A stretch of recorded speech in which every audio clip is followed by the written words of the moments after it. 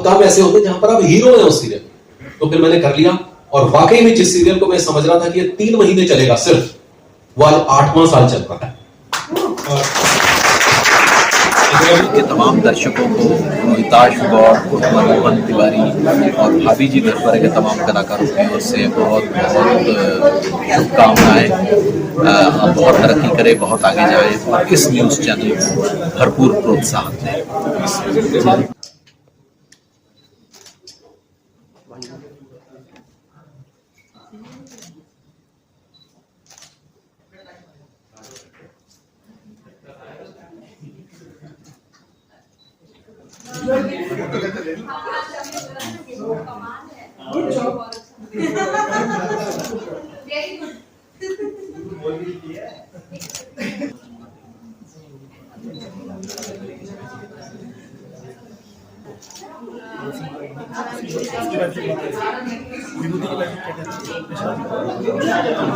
अंतर्द्वंद के बिना ड्रामा नहीं होता, वो इंफॉर्मेशन हो जाती है।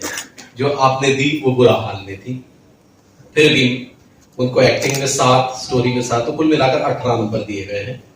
तिवारी जी की बीमारी तिवारी जी की बीमारी अच्छा कंटेंट था, लेकिन इसका प्रेजेंटेशन थोड़ा सा मुझे और अच्छा हो सकता था, तो इसको 15 नंबर दिए गए हैं। हलकट डॉक्टर एक बहुत अच्छा विषय था, जिसे बहुत ही बेहतरीन कॉमेडी के तौर पर प्रेजेंट किया जा सकता था हलकट डॉक्टर के थ्रू, लेकिन वो हलकट डॉक्टर ने हमें हलकट कर दिया। तो शुरुआत बड़ी अच्छी थी, उस लेडी ने बड़ा अच्छा शुरुआत किया, उसमें अच्छे कॉमिक टाइमिंग्स भी उनकी अच्छी थी, तो उन्हें भी मतलब मैंने दिल में पेन के ही बराबर के नंबर दिए हैं बाजू में। हालांकि उन्होंने कहा थोड़ा बड़ा हो गया था, लेकिन उस तरफ हम ध्यान देते ही नहीं। तो कुल मिलाकर फातिमा, लाजो के नखरे, उसके बाद तिवारी जी की बीमारी, हलकट डॉक्टर, सबको मुन्ना भाई एमबीबीएस में तो दोनों बात कर रहे हैं और इनको टेंशन है कि कहीं यहाँ तो भांडा फूटने वाला है, तो जबरदस्ती जाने दे रहे हैं उसको। एक वो सीन था, और वहां से और आपका एक दूसरा कैरेक्टर है इखलाक अहमद वेडनेसडे में, ये फिल्मों का था सफर 2004 इखलाक अहमद फक्र है। तो ये इसका थोड़ा आप मेरे को बताओ एक्सपीरियंस की, वो तो उसमें तो एकदम थ्रू आउट कॉमेडी है। एक्चुअली एक जर्नी मेरी ऐसी शुरू हुई थी बीच में, जिसको अगर मैं आज पकड़ के रखता तो शायद मैं ये जो आजकल की फिल्में बन रही है इसमें होता, सीरियल में नहीं होता। लेकिन क्योंकि उस समय ओटीटी का जमाना नहीं था और बहुत सारा काम ऐसा हो नहीं रहा था जो आर्ट वाला, तो उस समय सिर्फ श्याम बेनेगल, गोविंद निहलानी और केतन मेहता यही सब बनाया करते थे। आज तो पूरी फहरिस्त है, एक से टैलेंटेड आदमी आ गए हैं और लोगों की सोच भी बदली है डिजिटल वर्ल्ड की वजह से, ज्यादा शिक्षित हुए हैं, कंटेंट को समझने लगे हैं, मोर रियल चीजें देखने लगे हैं। They want to see more realistic things, जो बिलीवेबल लगे। अभी आज अगर राजकुमार को देखेंगे तो लोग हंसेंगे उसमें, यारी तो अचानक हंसेंगे उसमें, यार ये क्या कर रहा है, यार राजेश खन्ना वो करेगा तो अचानक देव साहब ऐसे करेंगे तो आज का यूथ हंसेगा, मेरी बेटी भी छोटी वाली हंसने लग जाए। तो शिक्षित हुए हैं लोग बहुत। तो उस समय ये जमाना नहीं था, तो उस समय ही मैंने जो है वो एक मातृभूमि फिल्म भी आप उठा के देखिए, एक फिल्म देखिए धूप, मातृभूमि, मुन्ना भाई सीरीज में तो छोटे में मैं हर एक में था, अभी मैं शायद टंकी में भी होऊंगा।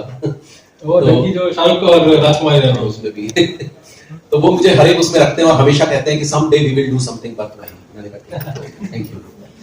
तो वो अगर मेरी जर्नी आज होती तो मैं फिल्मों में होता, लेकिन लगे रहो में अगर मैं गलत नहीं तो आप बमन ईरानी के असिस्टेंट थे शायद। लगे रहो वो मेरा सीन कुछ बहुत अच्छे थे उसमें, जो बाद में एडिट में कट गए। क्या होता है कि बॉम्बे में क्या होता है, अगर जब तक आप बहुत नोन नहीं हो जाते ना, तब तक कैंची आप पर ही चलती है। यह एक कटु सत्य है। भाभी जी में तो ऐसा नहीं होता। नहीं, भाभी जी तो हिम्मत ही नहीं हमने अपनी जगह ही ऐसी बना दी। जब आपको भाभी जी वाला जब कैरेक्टर ऑफर हुआ तो उसमें आपको किसी ने बताया कि अब आप एक इस सीरियल के हीरो हैं, एक आपकी खुद की बीवी है और दूसरी की बीवी भी 50% आपकी है, तो ये आइडिया सुन के आपको कैसा लगा?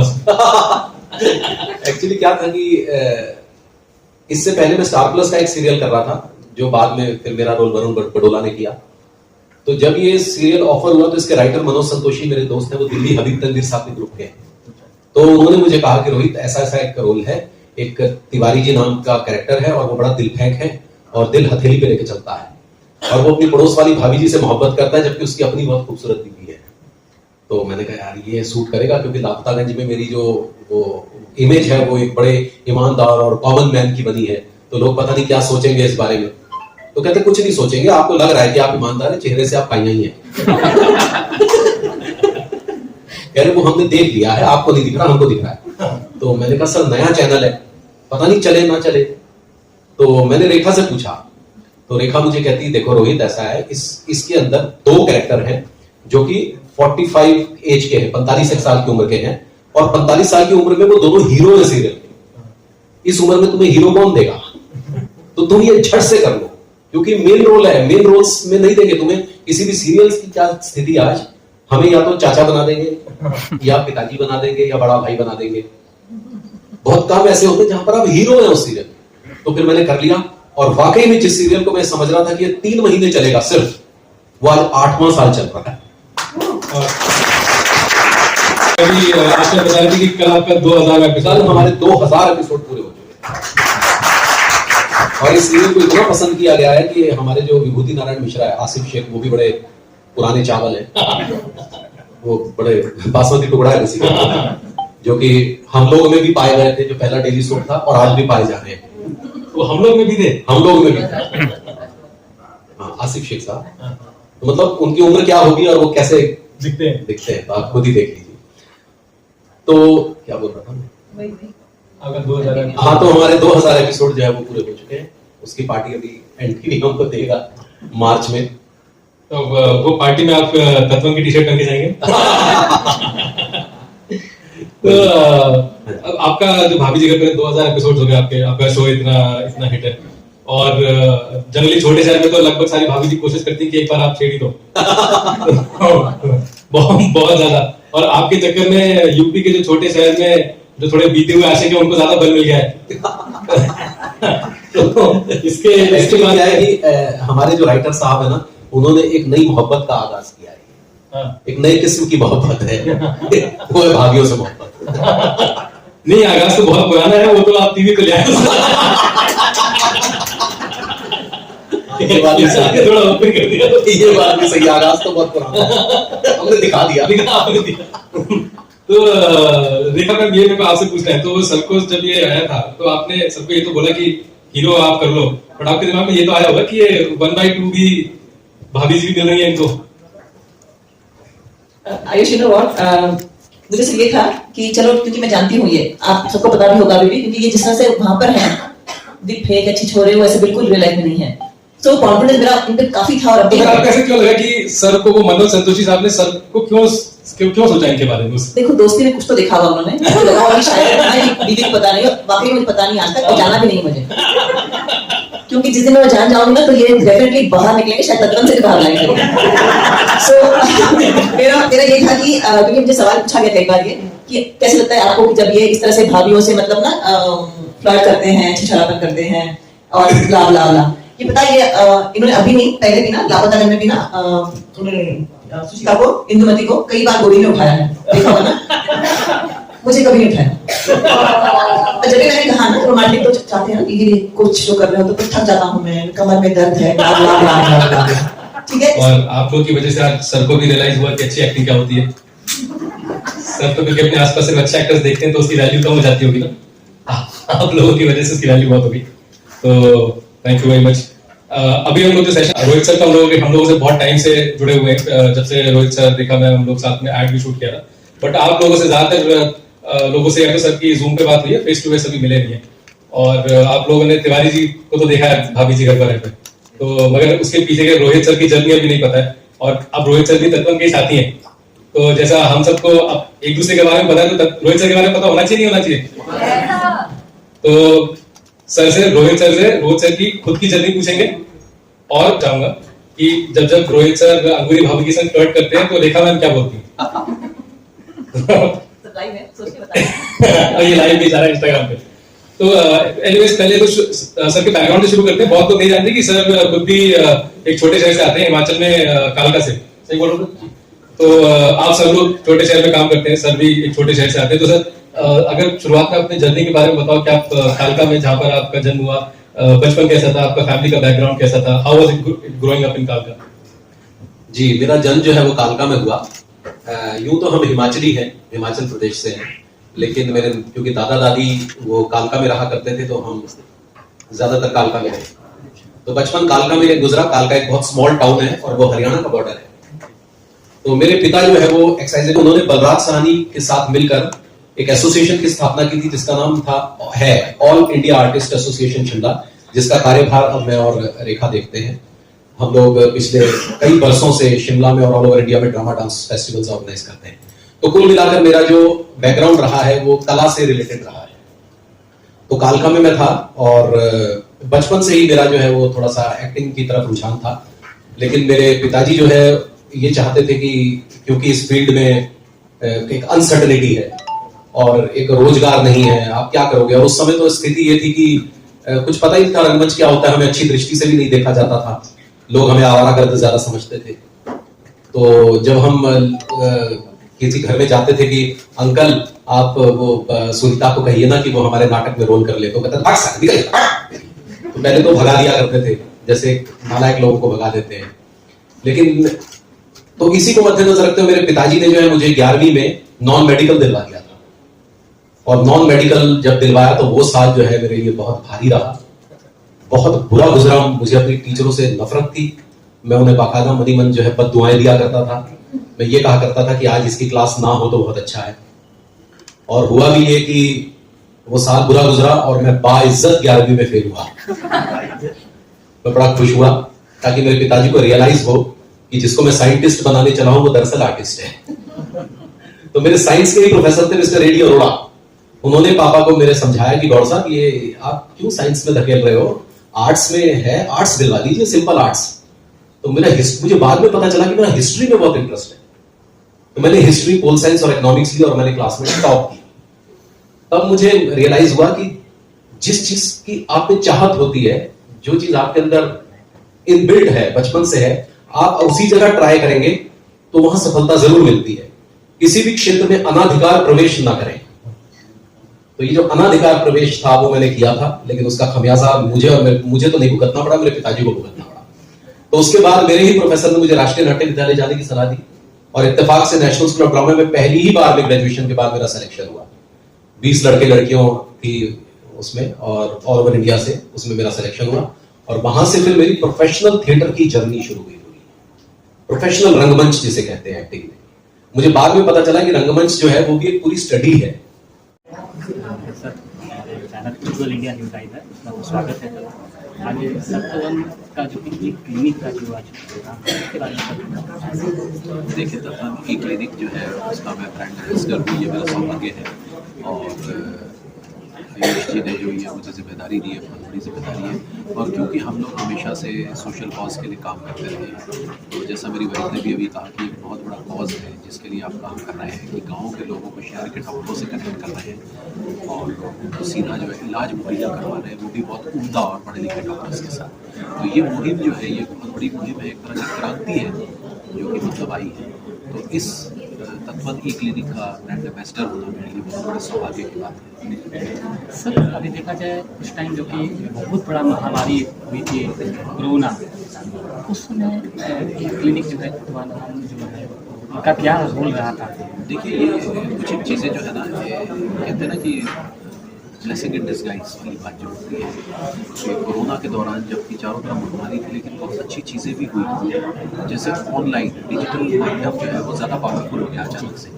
बच्चे जो है ऑनलाइन स्टडीज़ करने लगे, तो बहुत सारी जूम मीटिंग्स होने लगी, बहुत सारी इंस्टा मीटिंग्स होने लगी। बहुत कुछ ऐसा होने लगा जो कि कोरोना से पहले होता नहीं था। तो ऐसे ही तत्वन क्लिनिक्स की भी स्थापना हुई और वो जो है माध्यम जो पहले थोड़ा सा कमजोर हुआ था, कोरोना के बाद से वो और प्रखर होकर सामने आया। तो ये एक तरह से कोरोना का एक कह लीजिए मेरिट है, गुण जो है वो सामने आया।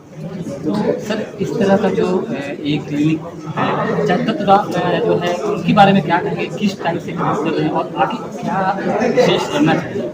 देखिए, बहुत सारे इसके साथ फ्रेंचाइज जुड़ रहे हैं, बहुत सारे लोग इनके साथ जुड़ रहे हैं। आगे बस यही हो कि जैसे जब मैं जुड़ा था तब इनके साथ 100 लोग जुड़े थे, आज 500 की तादाद है। तो तादाद धीरे धीरे ज़्यादा बढ़े और हज़ारों की तादाद में हो जाए, जो कि आज के दौर में बहुत ज़्यादा ज़रूरी है। तो ये हमारा मकसद है और ये पूरा होना चाहिए। सर जुड़ने के बाद आपको क्या एक्सपीरियंस रहा यहाँ पे? मुझे एक्सपीरियंस ये रहा कि मैं एक तरह की एक मेंटल सेटिस्फेक्शन होती है कि आप एक अच्छा काम करते हैं, आप अपने जीवन में कुछ नेक काम करते हैं। जैसे मैंने ग्रेटिट्यूड की बात करी, तो ये एक अच्छा नेक काम है जो मैंने कॉज के लिए किया। मुझे एक मेंटल सेटिस्फेक्शन मिलता है एज एन एक्टर। तो हमारा जो गुरुग्राम है, जो कि गुरु द्रोणाचार्य का धरती पे आए हुए हैं आप, तो हमारे जो यहाँ के निवासी का पूरे देशवासी को क्या एक संदेश देना चाहिए? यही संदेश देना चाहूँगा कि आप इस तरह से जागरूक रहें, नए नए लोग जो है तत्वनी क्लिनिक से जुड़े, गाँव गाँव तक ये मुहिम पहुँचे और हमारे लोगों के जितने भी नागरिक हैं वो स्वस्थ रहें, मस्त रहें। क्योंकि स्वास्थ्य जो है जीवन की सबसे बड़ी चीज़ है, ये हमने कोरोना के दौरान देखनी है। अगर स्वस्थ शरीर है तभी स्वस्थ मन का वास है और तभी सब कुछ है। सर धन्यवाद सर।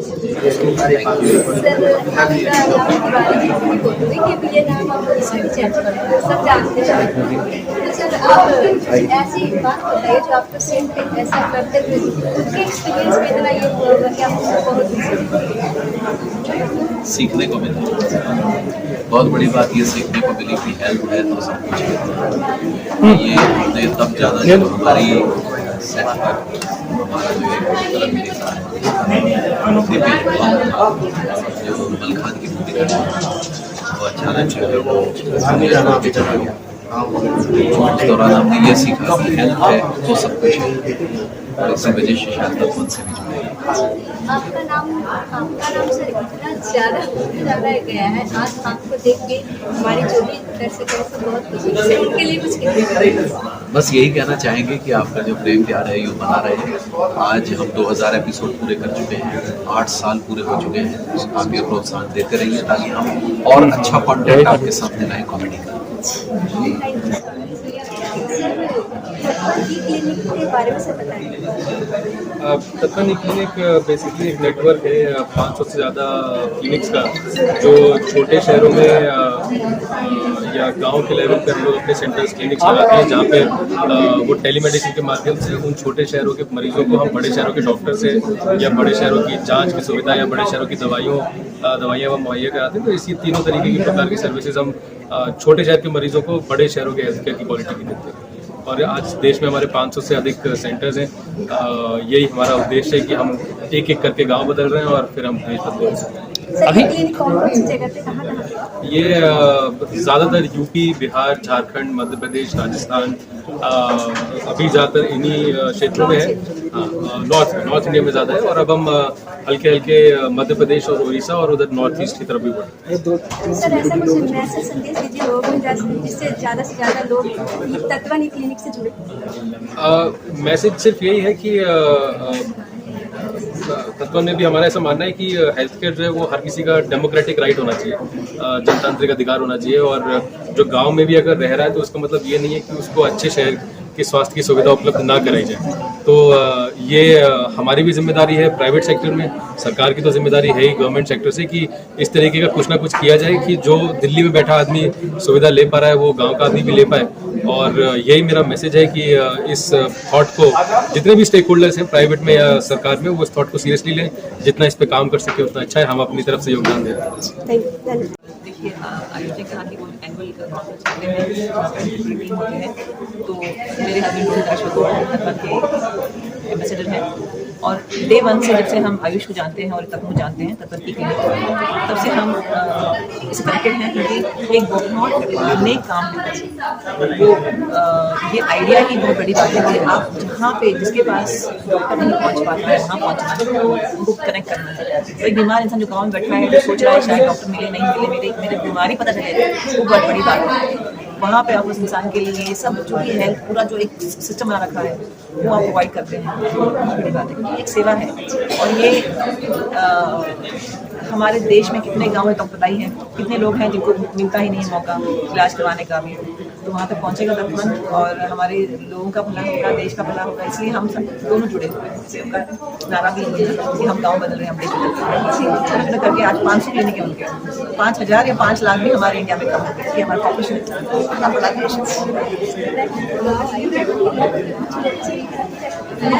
आयुष के साथ में या टीम के साथ में या फैमिली के साथ लगाई नहीं कि हम बनाए यहाँ बाहर। It's like a team, a family और सब जो बॉन्डिंग है लोगों की एक लीडर कैसा है ना, तो वो और सबको साथ में रखना और सबके चेहरे पे खुशी देख पाना, इसका मतलब तत्वन सिंह काम कर रहा है। Thank you.